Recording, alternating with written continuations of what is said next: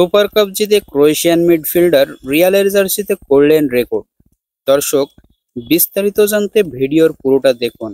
চোখটা ছিল কিলিয়ান এমবাপ্পের উপর। রিয়াল মাদ্রিদের জার্সিতে অভিষেক বলে কথা, তবে সবার অলক্ষ্যে থেকেও গতকাল আতালান্তাকে 2-0 গোলে হারানোর ম্যাচে নিজেকে অনন্য এক উচ্চতায় নিয়ে গেছেন রিয়াল মাদ্রিদের লুকা মদ্রিচ।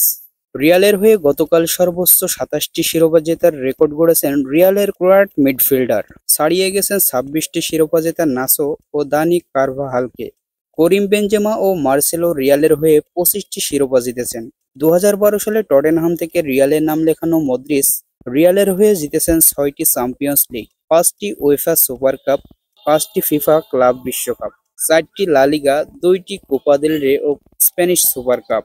535 ম্যাচে গোল করেছেন 39টি, গোলে সহায়তা করেছেন 86টি। মদ্রিচের রেকর্ড গড়ার ম্যাচে রেকর্ড সর্বোচ্চ ষষ্ঠবারের মতো সুপার কাপ জিতেছে রিয়াল।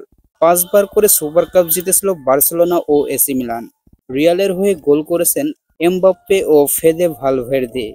এক ক্লাবের হয়ে সর্বোচ্চ শিরোপা জেতার রেকর্ড যৌথভাবে রায়ান গিগস ও লিওনেল মেসির। ম্যানচেস্টার ইউনাইটেডের হয়ে 35টি শিরোপা জিতেছেন গিগস, সমান 35টি শিরোপা বার্সেলোনার হয়ে জিতেছেন মেসি। তবে সব মিলিয়ে সবচেয়ে বেশি শিরোপা জেতার রেকর্ড মেসির। বার্সার হয়ে 35টি ট্রফি জেতা মেসির মোট শিরোপার সংখ্যা 45টি।